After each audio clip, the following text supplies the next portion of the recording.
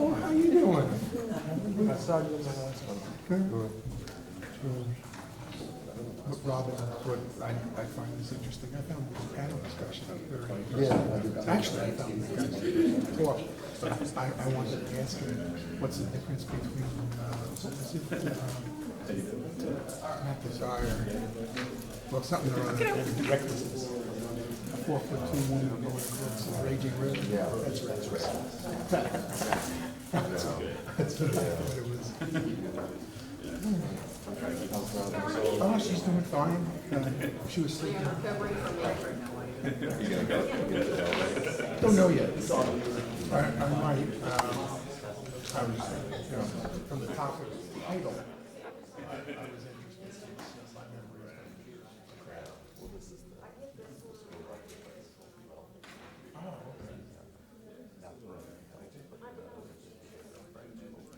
okay.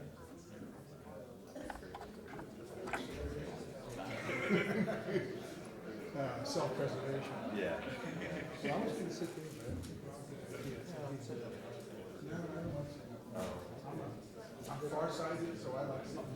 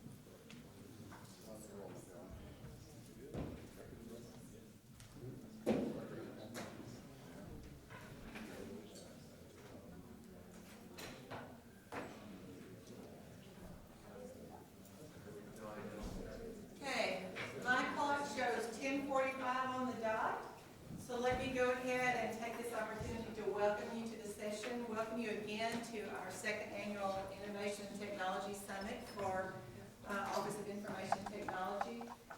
So appreciate each and every one of you joining us today. I do want to take this opportunity as well to, as you will hear throughout the day, it's very important that we take time to thank our sponsors.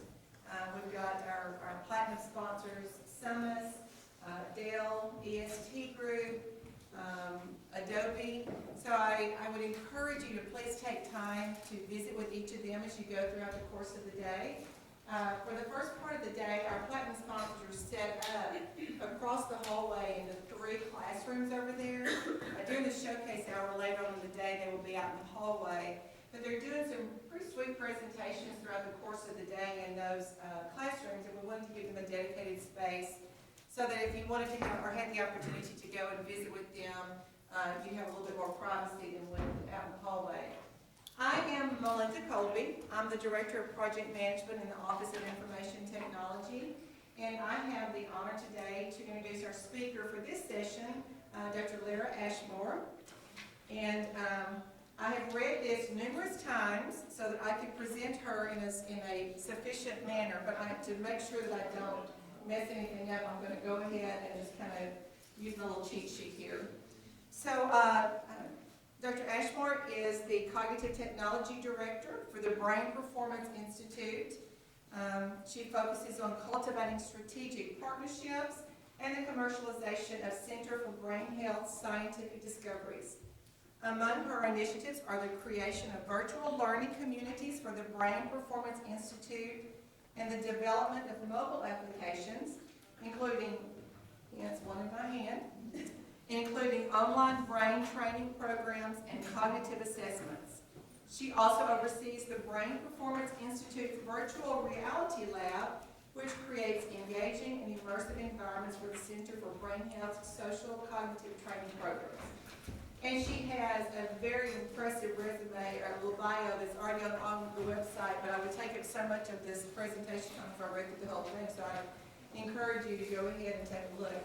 Let me go ahead and turn it over to Dr. Lera Ashmore.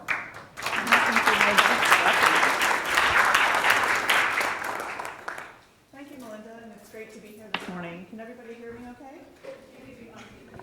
Okay, I am like, maybe not loud enough. Can you hear me now? Still not loud enough?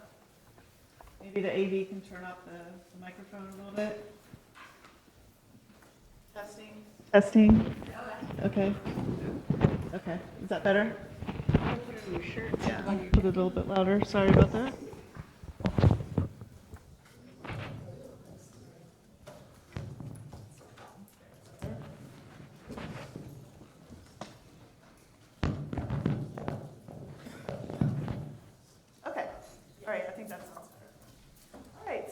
Thank you for that wonderful introduction, Melinda. I'm Lera Ashmore, and as she said, I work for the Brain Performance Institute and the Center for Brain Health, which is a division of the University of Texas at Dallas.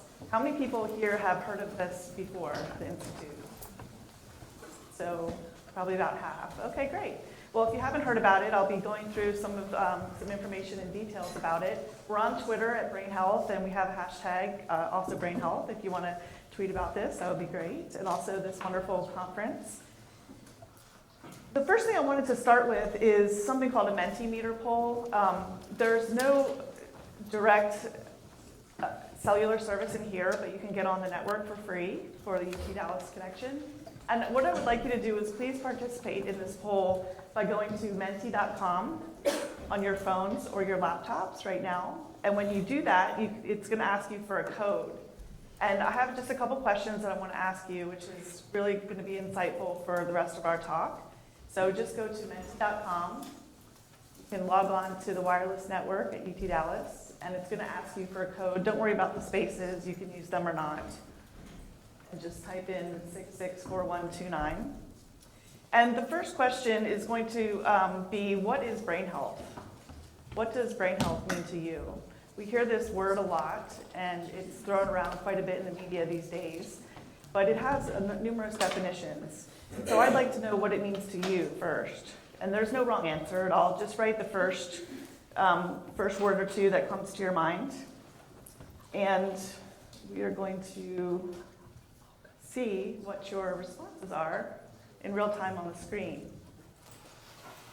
As I said, there's no wrong answer. I'm just curious what you think it means to you.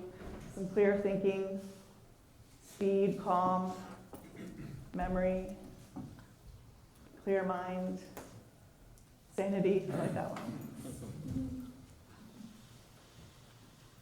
Memory, that's usually what most people think of first.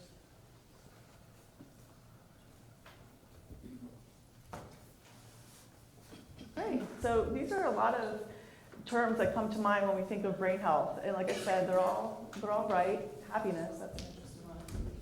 Neurological health. Do we actually have any neuroscientists in the audience? No? We'll let that keep going for a second. Thank you for all the great responses. Mental health, emotional health, all of these encompass brain health. But we're going to talk about something a little bit different. We're going to talk about our definition of brain health. Now, when you think of health, it means a state or being free from illness or injury. The definition of a brain is an organ of soft nervous tissue contained in the skull of vertebrates, functioning as the coordinating center of sensation and intellectual and nervous activity. Our definition is a little bit more practical and a little bit more reasonable, and we talk about brain health in 5 pillars. And these 5 pillars represent the neural systems or function and structure of your brain. The first one is the neural systems, like I said, which is the neurobiology underlying your brain. The second one is cognitive processes, which are thinking skills and strategies required for thinking and cognition. The next one is psychological health, which represents our emotional well-being and impacts cognitive function. The gold standard that we focus on at the Brain Performance Institute and the Center for Brain Health is real-life function, because none of this matters if you don't actually function and perform in real life. And then the last one that you may have not heard of or think of very often in the context of brain health is something called social cognition. I'm going to talk about that a little bit more in detail. We offer training programs at the Center for Brain Health that target all areas of these in conjunction. And the real true value of brain health is the linkage of all of these 5 pillars across the domains. And so we're going to be talking about how that works throughout the presentation. So the vision at the Center for Brain Health and the Brain Performance Institute is that all people realize their true potential and the power to unlock the potential of their brains. We have 2 different divisions, as I mentioned, the Center for Brain Health and the Brain Performance Institute. And the first one is the scientific research center that performs leading-edge research on multiple areas of brain health and cognition. More recently, we've developed the Brain Performance Institute to translate the science from the research to the general public. You may have heard that it can take up to 20 years for scientific discoveries to be fully realized in the public domain. And so our founder, Dr. Sandra Bond Chapman, who is the leader of the Center for Brain Health and Brain Performance Institute, feels that this is absolutely unacceptable. 20 years is too long for people to take advantage of life-saving and key critical discoveries. So the Brain Performance Institute is our work to do that. You may have also heard of Chancellor McRaven's quantum leaps, and brain health is one of the quantum leaps. So we fit it nicely to the entire umbrella of UT Dallas, or UT systems. And the quantum leap for brain health is a multi-campus effort to maximize and connect all the cutting-edge science going on across UT systems, both academic and in healthcare, to better understand the brain and treat, diagnose, and cure diseases.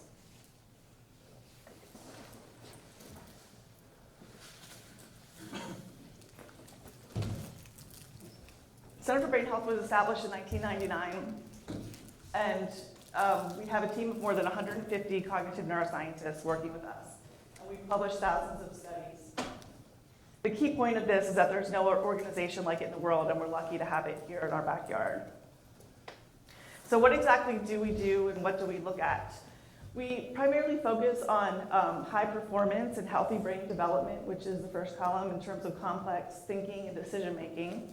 But we also have quite a bit of research and discoveries in the area of disease and disorder and injury. So today, since we're at a conference on innovation and technology, we're going to focus on healthy brain development, and specifically I'm going to teach you some techniques and go through some strategies that will help increase your innovation and maximize your performance. Okay, so I have one other Metameter poll, if you don't mind going back to your Mentimeter. And the question is, at what age is your brain at peak performance? So this would be, you can just go back to mentimeter.com if you had it open on your phone or your laptop. Oh, sorry, I need to go to the next one. Now you can answer it. Use the code at the top. So the question is, what age is your peak brain performance? 20s, 30s, or 40s?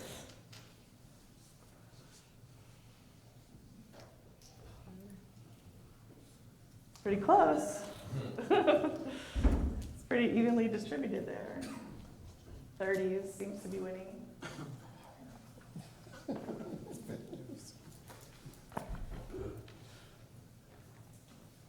Okay, still got some people voting. All right, looks like the 30s have won. 43%, almost half of you think that your brain is at peak performance in the 30s. Well, I have some interesting news. It's actually in the 40s. And the reason...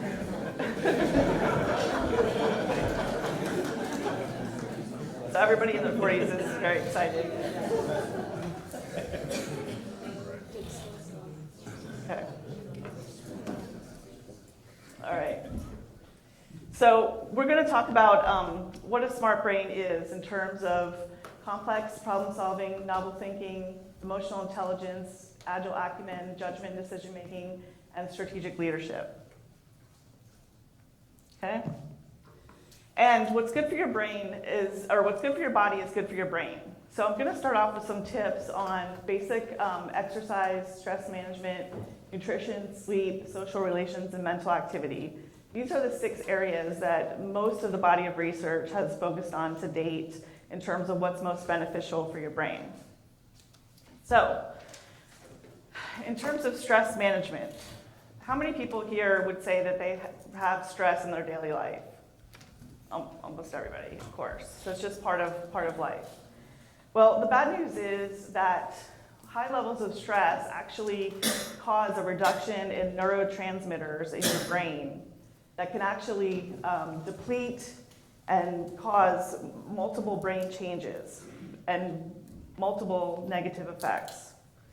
I'm sure you've heard of the fight or flight system that takes over your brain when you face fear and stress. Constantly engaging your brain in this fight or flight mentality is detrimental to your brain over time. It impairs your memory and thinking and slows neuroplasticity. Too much stress has a very dramatic effect on your brain health. If you're interested in the effects of stress, I recommend Dr. Ian Robertson has a book called The Stress Test. Dr. Robertson is a very distinguished cognitive neuroscientist from the University of Dublin who recently joined our staff here at UT Dallas. And so he is here, and he has a fantastic book that goes into detail on the effects of stress. In terms of nutrition, this is very important for the underlying neural systems of your brain. So a lot of times people ask, well, what is it that I can eat that will help with my brain health?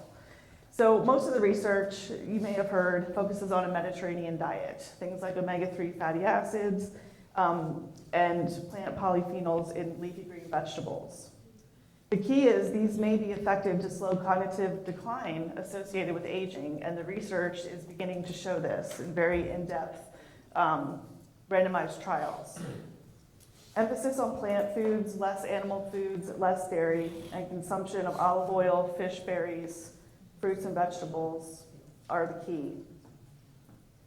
According to Henriette Van Praag from the National Institute of Aging, the effects of exercise on the brain may be enhanced by consumption of foods containing omega-3 fatty acids and plant polyphenols.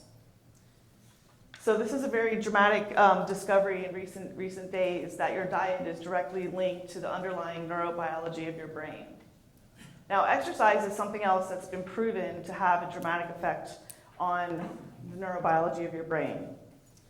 Dr. Sandy Von Chapman engaged in some research with the Cooper Center for Aerobics here in Dallas, and they found that healthy adults who participated in a study where they tested out exercise and cognitive training in a combination in a randomized study, that the aerobic exercise group showed increases in immediate and delayed memory performance that were not seen in those who didn't exercise. The randomized trial is the first that compared something called cerebral blood flow and cardiovascular reactivity data obtained via MRI. So what they did is they actually did MRI imaging of participants' brains before and after they participated in physical training exercise and cognitive training exercise, and they found those who participated in both had the greatest effects to their brain biology. So blood flow is linked to neurohealth, and aerobic activity and strength conditioning has been shown to increase cerebral blood flow, and these are valuable tools to boost your brain health. So there's two more very important lifestyle factors that affect your brain. One is sleep, and the other is social relationships. Everybody knows how they feel after getting a night of great sleep versus a night of very poor sleep or not much sleep at all. You're not functioning at your peak performance. So it's critical that we get 7 to 8 hours of sleep a night. It's essential for your brain to repair and regenerate during sleep, not just for your physical health, but for your mental health as well. And social relationships have been proven in recent studies to actually stave off mental decline in older individuals. You may have heard that people, once they retire, some have wonderful retirements, others don't have retirements, or don't have very successful retirements or very happy retirements, or they end up having a lot of health problems. And the reason why is because they're not engaged in constant mental activity with social peers like you do on a daily basis when you're at work. So I'm going to talk about some types of cognitive training that our research has shown, as I said in that study with the Cooper Institute, that not all training protocols also return equal benefits. When targeting brain functions that give us a mental edge in daily life, strategy-based programs prevail. And this is opposed to task-based programs that you may have heard, something like Lumosity, which is a brain training program, which actually helps you get better at playing brain games, but it doesn't actually translate and apply to your daily life and doesn't help you with your strategy and innovative thinking. So we're going to talk about cognitive processing pillars next. And before I do that, my last poll of this session is about multitasking. So the question is multitasking beneficial or harmful to your brain health?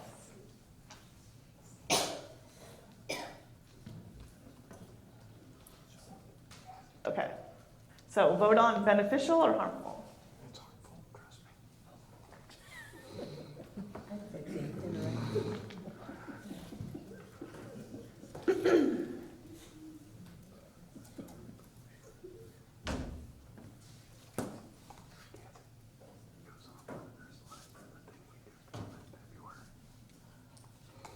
So harmful is winning.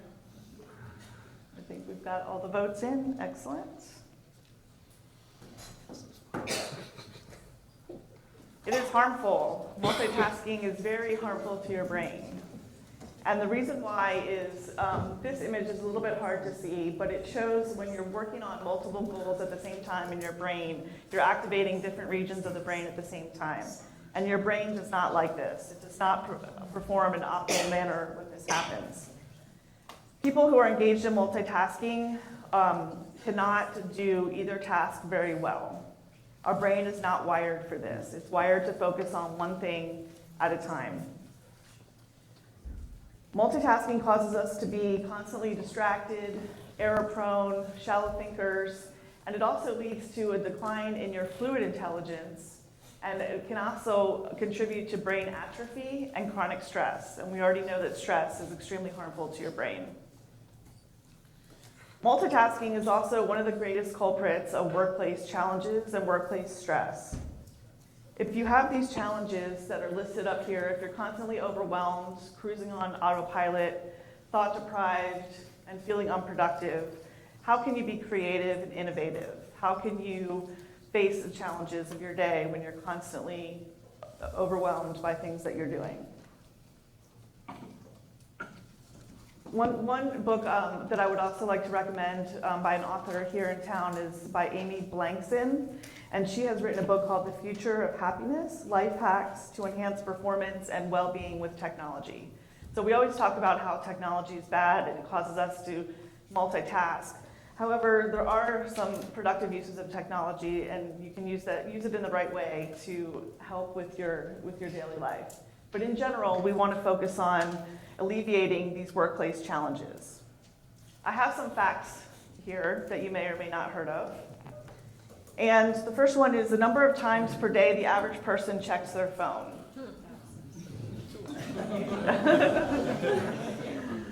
So 150. This is an average. It doesn't include teenagers probably in this poll because it would be a lot higher. The average of time most people are able to work without an interruption or switching tasks. 1 to 3 minutes, which is a very short time span when you think about it. The average amount of time to resume focus on a task after being interrupted or task switching. So this is if you're multitasking and doing 2 things at once. You literally cannot do 2 things at once. Your brain is switching attention from one or the other. So you're constantly doing that mentally. And so that's 20 to 25 minutes to regain your focus after losing it. And then the potential to decrease in productivity due to distractions and multitasking is 40%. So these are huge brain drains on your daily life. Now, what does this mean monetarily? So if you look at this, you can actually, there's been a study that's actually quantified all of these distractions and information overload, and it can contribute to, one study says it can add up to $10,000 per employee.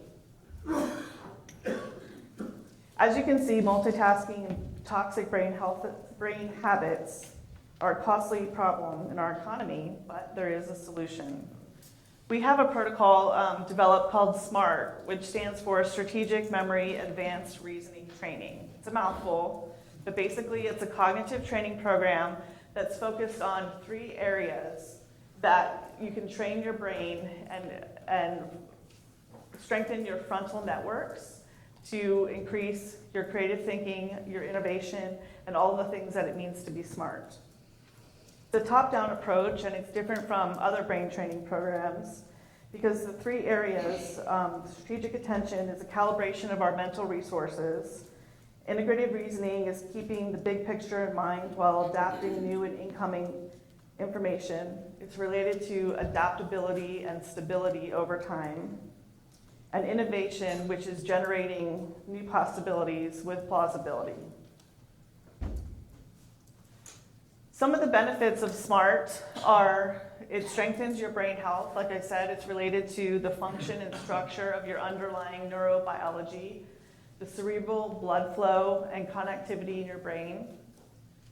You can optimize your performance. This is basically on tasks related to speed, quality, innovation, strategic attention, and memory.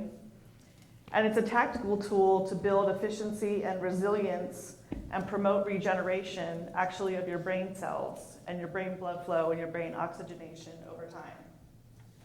This protocol called SMART has been studied across populations, across the lifespan, and with healthy, diseased, and injured brains at the Center for Brain Health since about 2009. You see this slide again because it's that important that we want to challenge you to change what your notion of smart is. Smart doesn't mean being born with the most intelligent traits and most intelligent qualities. It's really about strengthening your frontal networks and building a robust frontal lobe so that we can manage what we call the CEO of your brain. So we have decision-making, novel thinking, planning, reasoning, judgment, and managing emotions. Again, I put this up here again because it's extremely important, and we have to understand that improving our brain health is much like improving our physical fitness. It takes time, and we need to work at it, excuse me, just as we would with our physical health.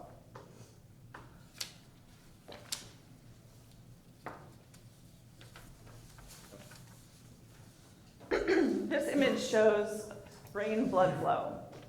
And our research studies have shown that people who have participated in the protocols may benefit from a 12% increase in brain blood flow. That's remarkable. And it also has generalized gains across cognitive functions. So you can see this is pre and post training MRI, fMRI with frontal lobe blood flow. And this is also a marker of brain health. The first strategy that I want to talk about is something called strategic thinking. And it's learning to think smarter, not harder. Smart, we teach it in isolated chunks, but you can see each of these 3 different categories that I mentioned are interrelated.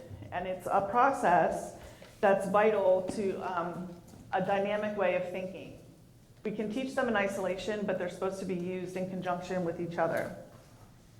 And strategic thinking is just one category that we're going to talk about today to give you a hint of what our brain training involves and some practical strategies that you can use on a daily basis. We talk about strategies in terms of brain power, a brain power of 2. Most often you hear of memory as related to brain health. As you remember the dynamic word cloud that we saw in the beginning, memory I think was the biggest word, which meant that most people voted on memory related to brain health. But it's not necessarily memory, but the lapse of attention, which causes us not to keep things in our long-term memory. So whenever you're talking in a meeting or going to a movie, your brain needs to assimilate information by filtering out what's less relevant so you can focus on what matters most and what's most relevant to you. High-performing brains aren't necessarily better at focusing, but they tend to be great at filtering out extraneous information that's not necessary to your particular task at hand. The brain power of 2 is also about prioritizing your day by starting with the top 2 tasks that require your most mental energy. Higher order thinking is the key for frontal lobe engagement, and we'll talk about that more in a minute. So to demonstrate this, one way of approaching it, I challenge you to reflect today on what were the top 2 main takeaways or big ideas that you'll learn throughout this session from the things that you hear, and whether that was something you already knew that was reinforced or if you've learned something new.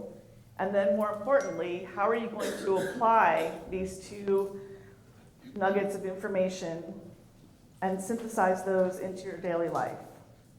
And then think about what are some action steps that you can take for those 2 big takeaways that you've prioritized. Just by thinking, we can actually change the plasticity of our brain. And the more that we get into the habit of synthesizing information into actionable strategies, the less we're just passive consumers of information, and the more that we're helping our actual brain health. So again, for the brain power 2 is about pinpointing your 2 most vital ideas or priorities throughout the day that are going to move your needle professionally or personally. So when you're thinking about what you need to get done today, many people make a very long to-do list of things that have to be done, and they get overwhelmed because there's too much to do, and so you end up not doing anything, or you do too much, and then you feel mentally drained at the end of the day. But the idea here is you want to calibrate your attention, and you want to focus on your 2 most important tasks that you can accomplish during that day, and plan starting and stopping points so you can give your best and your best mental performance for those 2 tasks. Now, we have developed a mobile app at the Center for Brain Health called Brain Health, and it actually helps you apply these strategies to your daily life. So you can go to the App Store today and download for free the Brain Health app. It's only available on Mac, iOS, and Apple products, such as iPads and iPhones, but we hope to have an Android version in the future if people would like that. Yes, if you would like that, raise your hand. Yeah. How many people? Okay. If you use an Apple device, raise your hands. It's pretty close. It's pretty 50-50. Okay. We're sad. Okay, I'm sorry. We're hopefully. Our brains can't analyze it. What? Our brains can't analyze it. No. So this is just some screenshots of the mobile brain health application. And basically, you have a brain health meter. And there's 2 components of it. And we're going to talk about the second component in a minute. But the first one is you actually schedule your 2 most important tasks throughout the day. You schedule them for a maximum of 45 minutes because your brain cannot focus, longer than that without taking a break. Okay, and if you schedule them for a particular time throughout the day when you know that you're going to be at your peak performance, this app will send you customized reminders and alerts to make sure that you complete them. And once you do, you fill in your brain health meter, and then there's something called brain breaks that I'm going to talk about in a second that the app helps you keep track of as well.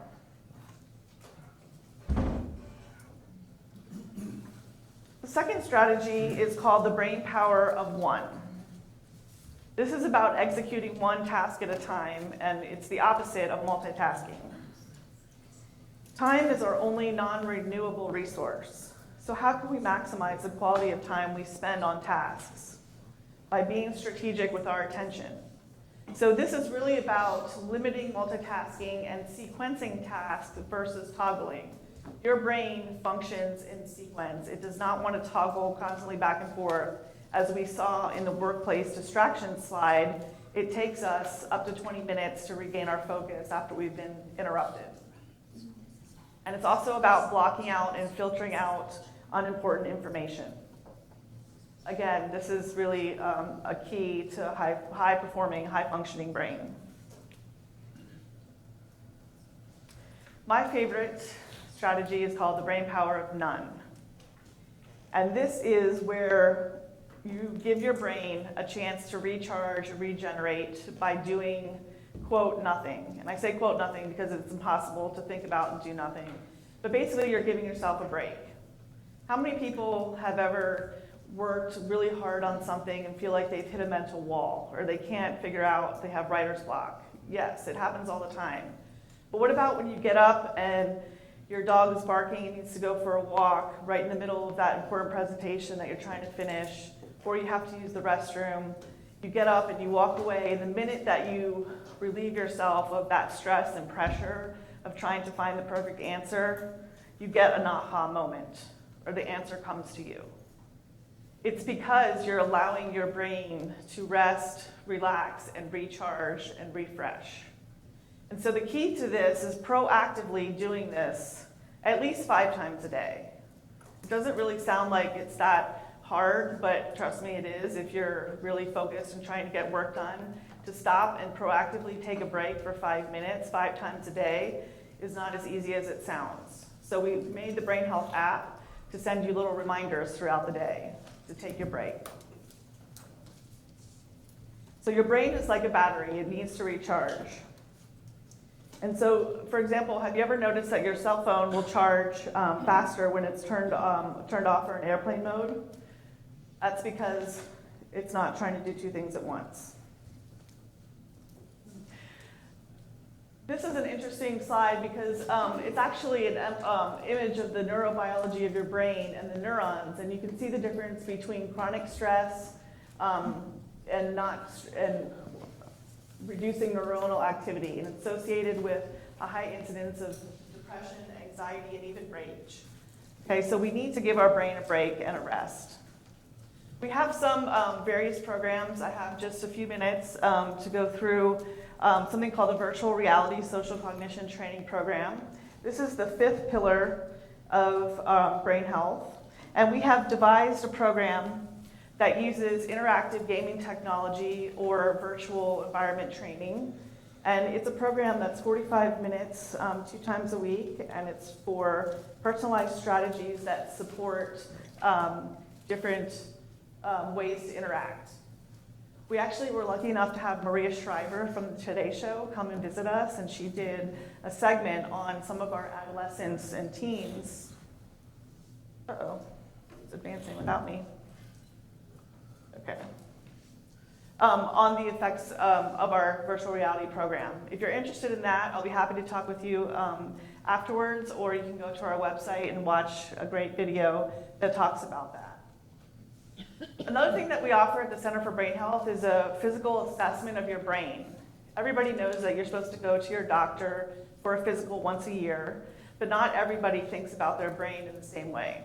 So we have a training or an actual assessment that's done by our clinicians that will actually assess your brain health over time, and they'll do a series of questions and neuropsych batteries with you, and then they'll go over the results and give you recommendations on how to improve your brain health over time.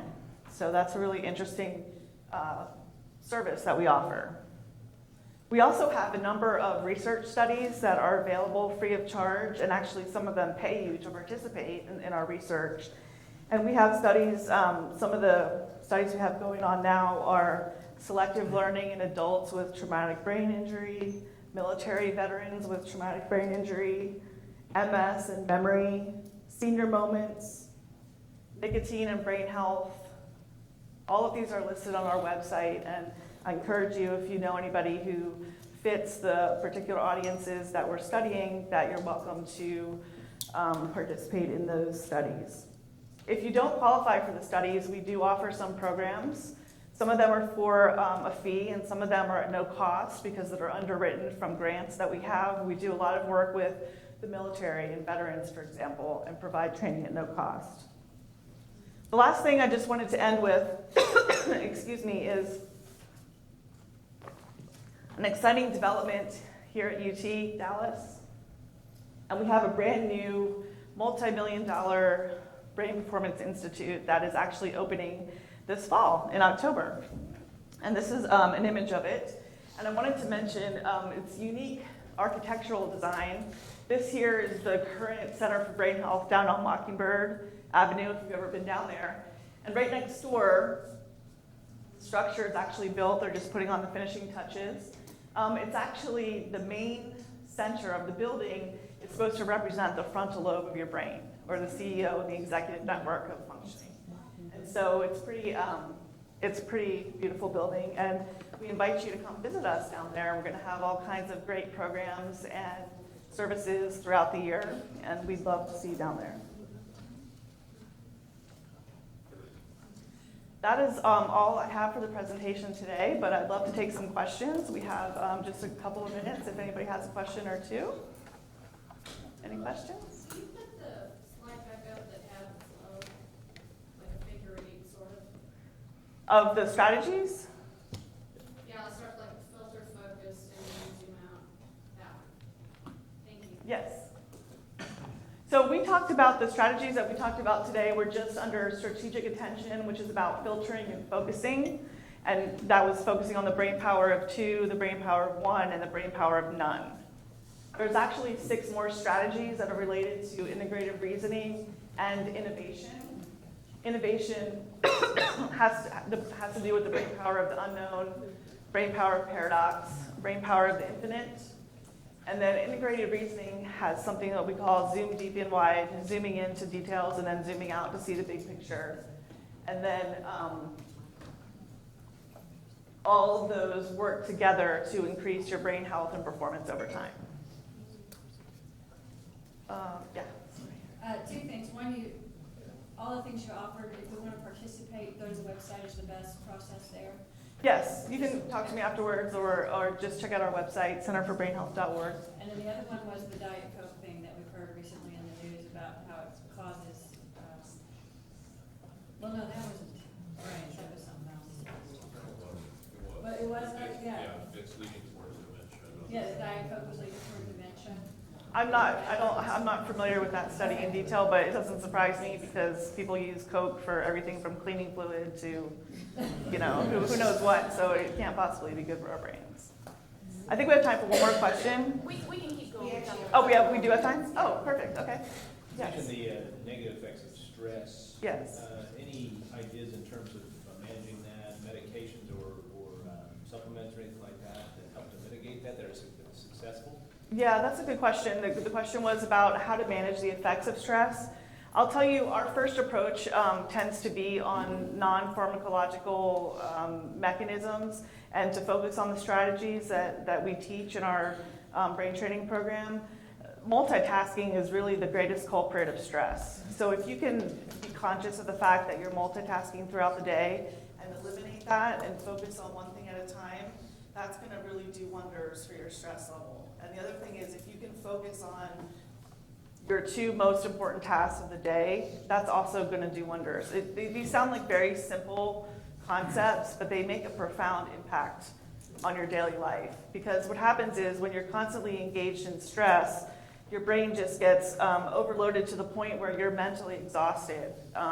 even before the day is over. So you can't possibly get anything done. So the first thing is exercise and the techniques that we teach you in brain training.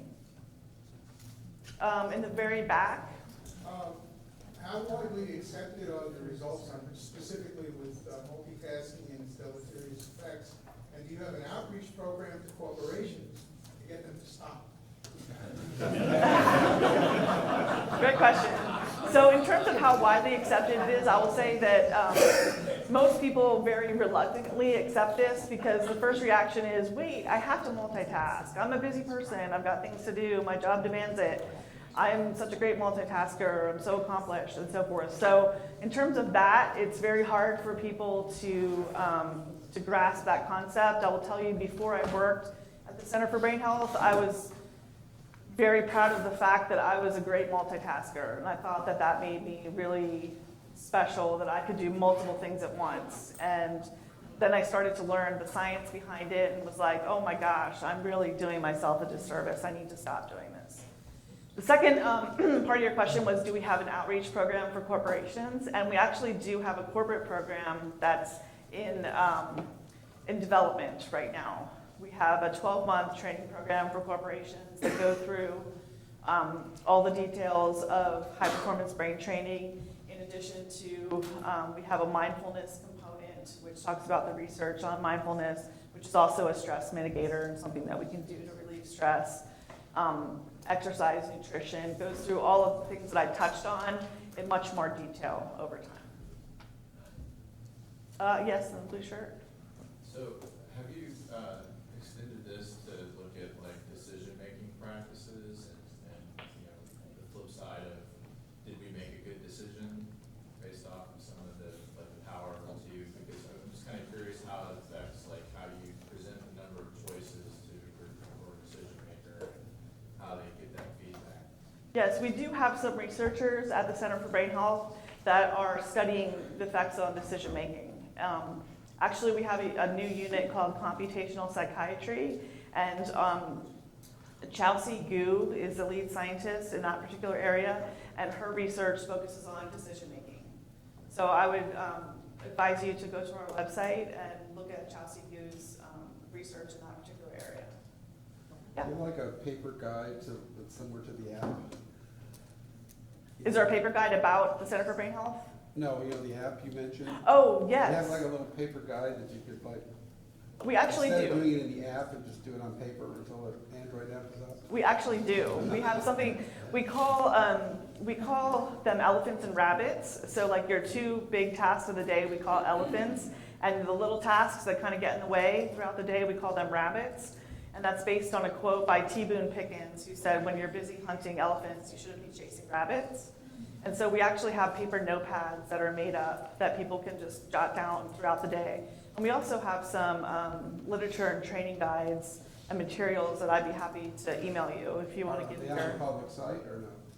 I don't think those materials are necessarily on our website at the moment, but I'd be happy if you want to contact me. My email is drashmore@utdallas.edu.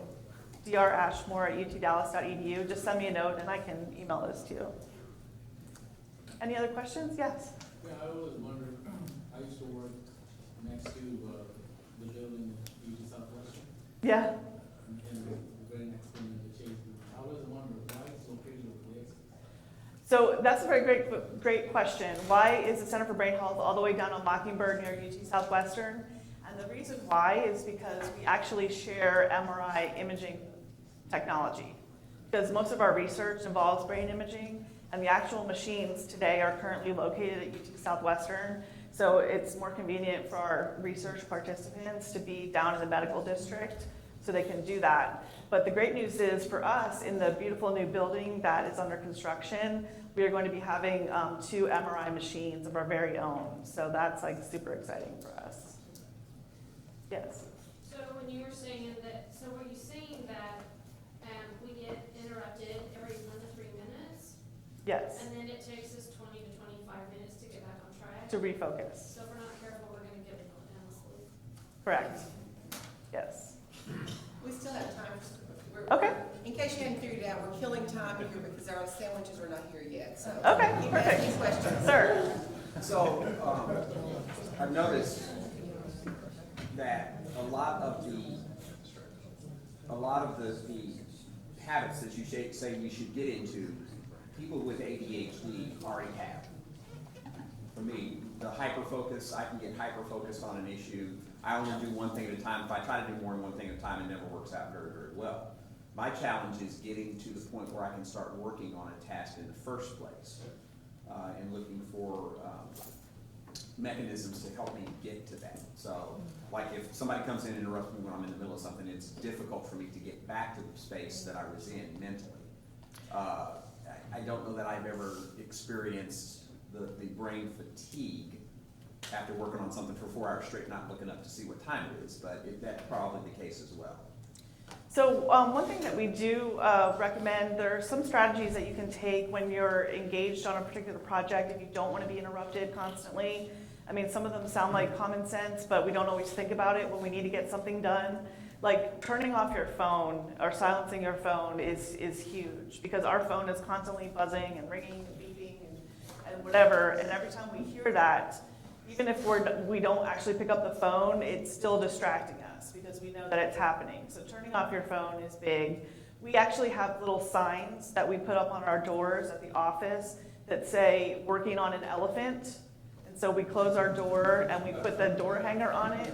And if someone has that on their door, you don't knock, because we don't want to interrupt someone when they're trying to get something done, because we've all experienced that throughout the day.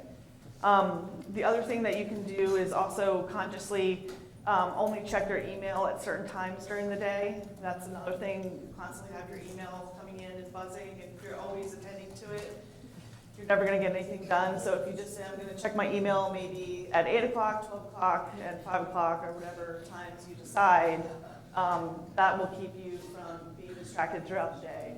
We actually go into corporations and advise them on different work habits and things that they can instill in their employees. And one thing that we do not recommend are open cubicles. How many people here work in open cubicles? Luckily, not too many. Okay, good. So there was a period of time in history where everybody thought that these like open collaborative spaces were like the next best thing, and it was great for everybody to see what everybody's doing, collaborate and work together. But I will tell you, we don't have any open spaces like that in our offices. Everything is individual offices, because you need to have that quiet and distraction-free zone in order to get a lot of work done. Any other questions? You actually led into what I was going to ask the very thing about, was those work environments that have the cubicles and open spaces like that. So what are some strategies that, if that is the environment that you work in, to mitigate or to help still be as productive? You know, you see a lot sitting with their headsets on when they've got the music going, and still their brain is trying to focus on multiple things.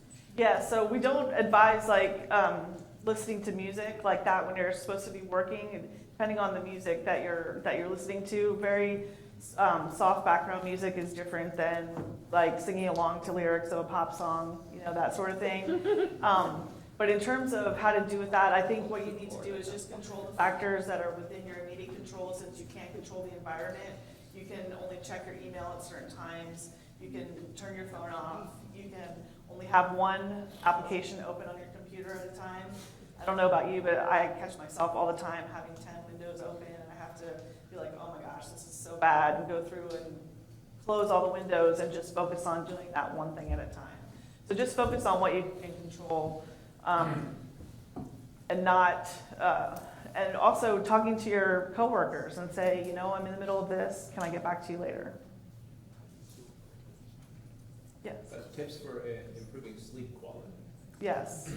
Sleep quality. So I'm not a sleep expert, but we are going to be working with a sleep hygiene expert at the Center for Brain Health. But I can tell you some of the recommendations include going to bed, like actually going into your bedroom and not taking any technology with you, not engaging in technology before bed. There's actually some research on the actual ambient light of our devices that actually impair sleep quality. So a lot of people sleep with their phone in their bed, which is absolutely horrible for sleep, because not only are you actually, tempted to use the phone, but the actual green light from the phone can interfere with sleep patterns. So you may have noticed that I'm a Mac user, so I know Apple has built in something called Flux, which is a tool that they built into their operating system that changes the actual color cast of the screen to be less harmful to impair sleep. So at nighttime, it's a different color than in the daytime. So that's one thing you can do, is limit technology before you go to bed. That's probably the last tip that we have time for. One more. Okay. One more question, over on the side of the room. Job burnout. So I know as a supervisor, you can't tell your employees, like, change your diet, but what tips can you employ as a supervisor to, yeah. Great question. Yeah. Great question. So one tip that we do is try to limit meetings to the shortest period of time possible. So everybody seems to have this desire to have a 1-hour meeting. Like, where did that come from? Like, everything takes an hour. Like, it doesn't necessarily mean you have to, every meeting that you have needs to be an hour. Like, you can have a 20-minute meeting. You can have a 10-minute meeting. Don't take up unnecessary time in the meeting, and focus, actually have an agenda and a syllabus that you're going through and get what needs to be answered in that meeting, get it done quickly, and allow people to leave and go back to do their work. The other thing is give people time, allow them to put up a door hanger or put up a sign if they're in a cubicle that says do not disturb or working on something important, and respect that. And encourage people to do that, because that will allow them to focus on that particular task at hand. So those are some 2 practical tips. Yes? This is just a question to the organizers. Will this session or presentation be available to view after the? Yes, I believe so. Yeah, they are already available online. They should be at this point, so. Yeah. Question and answers. It's just a presentation. The video recording of the question and answers, I'll have to check on that and find out for sure. I know that we are recording the sessions, and I'm assuming that they'll be uploaded online as well, but I'll double check on that for you. Where will this be available at? Our OIT homepage, there's a link for the summit there where registration thing occurred, and it's available there. Okay. Thank you. Thank you very much.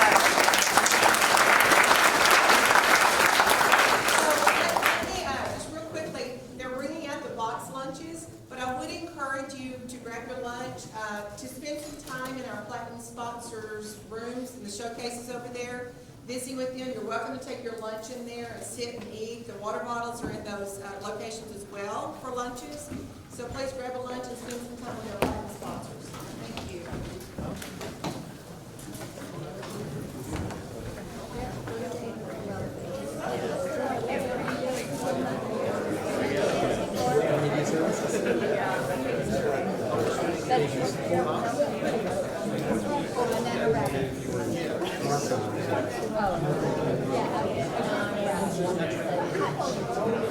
Some of you guys priced down.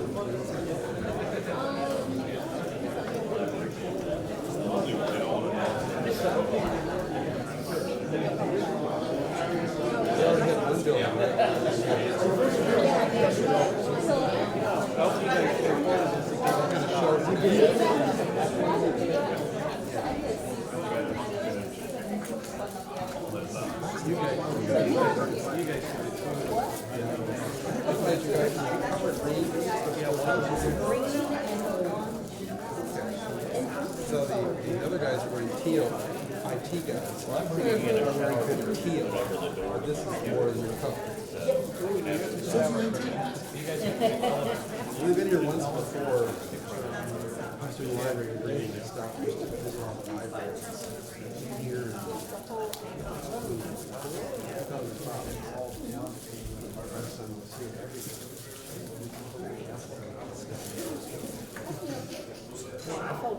Yeah, I think it's